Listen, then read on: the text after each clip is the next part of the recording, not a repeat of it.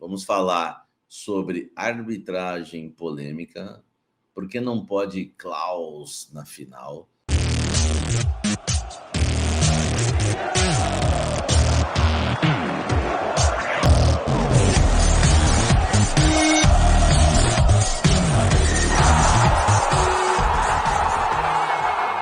Fala, gente! Antes de você acompanhar este vídeo, eu quero dizer que esse conteúdo tem um patrocínio da Casa Branca, a melhor escola de inglês que existe no litoral paulista. É muita tradição, amigo. Não é à toa que está há 35 anos em Santos. A Casa Branca arrebenta. Aprenda inglês de forma fácil, simples, do seu jeito, do seu objetivo, tá certo? Ó, a Casa Branca é o seguinte, hein? Tem curso também para as mulheres, tá? Só para as mulheres, um curso à tarde sensacional. Tem também para as crianças acima de 6 anos, isso mesmo, acima de 6 anos, 1 ou 2 aulas por semana. Já tem matrículas abertas para iniciantes, avançadas. Faça inglês, tá? De uma maneira simples, num lugar aconchegante, clássico. É a melhor escola de inglês da Baixada Santista, Casa Branca. Vou deixar o link aqui na descrição, você vai direto para o WhatsApp deles, tá? Para você falar com o pessoal da Casa Branca, tá certo? Bora pro vídeo agora, vem tomar um café comigo. Por que não pode Klaus na final? A Federação Paulista de Futebol definiu os árbitros das finais, né, do Campeonato Paulista, que ocorrem, né, nos dias 16 e 27. Primeiro jogo marcado para este domingo, dia 16, às 18h30, no Allianz Parque, gramado sintético, jogo de ida. O jogo de volta acontece apenas no dia 27 de março, devido à paralisação do campeonato por conta da data FIFA. Então, meu Deus do céu, velho, isso é insuportável, né? Porque fica aquela ansiedade, né? Porque você nunca sabe como vai ser o primeiro jogo.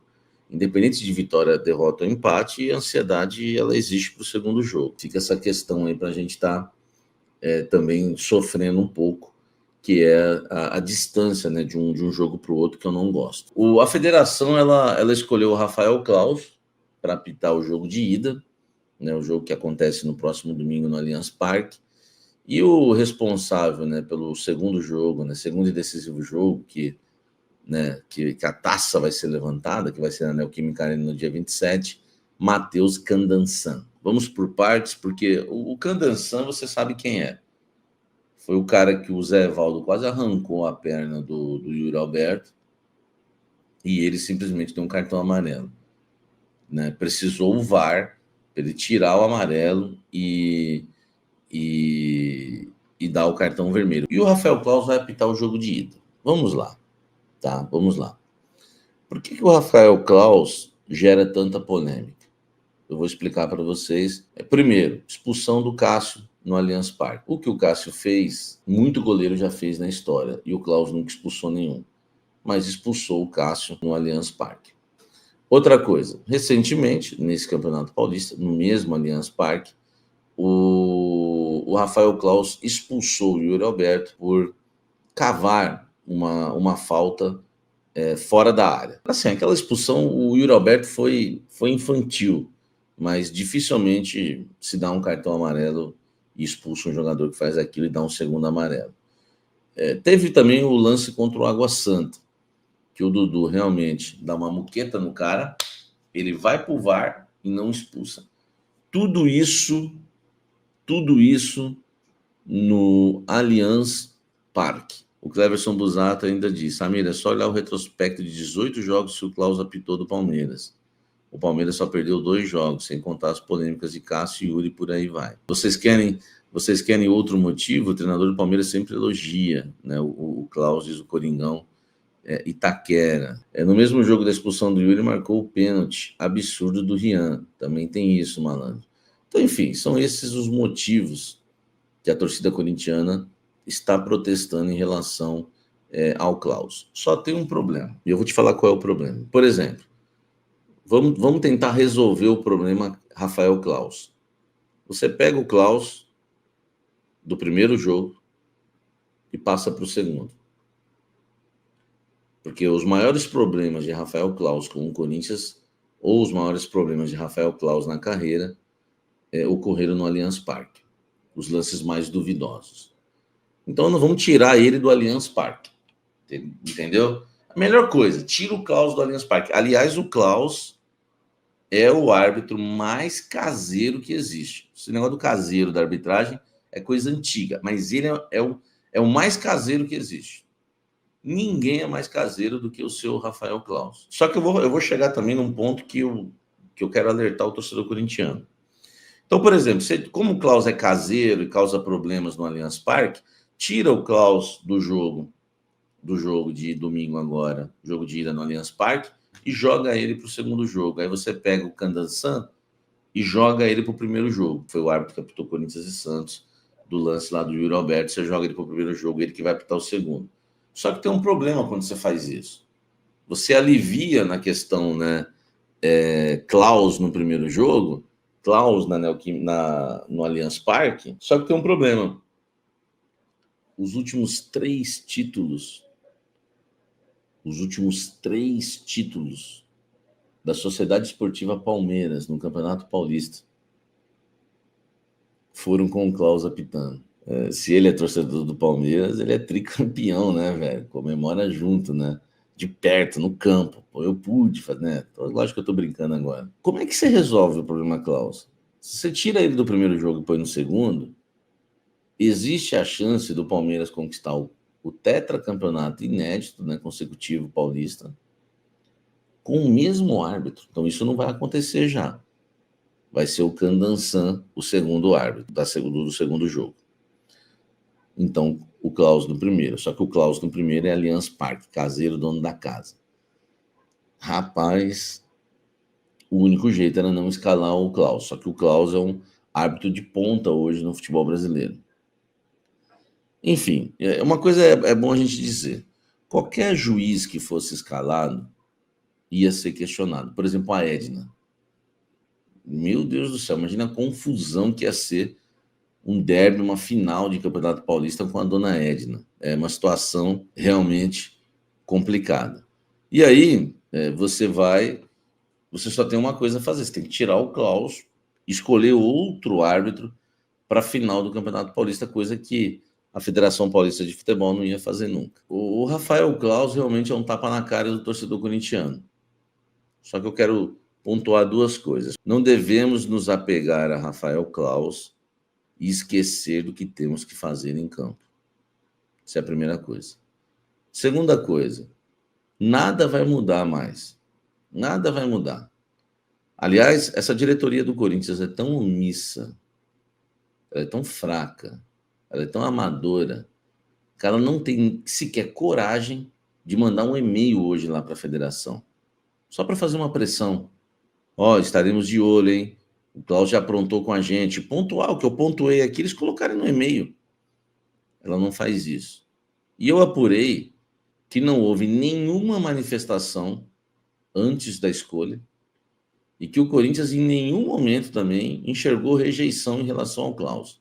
E por isso o Corinthians não fez nenhuma objeção à escolha da Federação Paulista de Futebol. O que fizeram com o Corinthians no ano passado, naquele confronto Corinthians e Flamengo na mudança das datas, já foi um tapa na cara do torcedor corintiano, que mostrou que a diretoria do Corinthians não tem força nenhuma. A situação do Corinthians é essa, diretoria amadora e omissa. Outra coisa,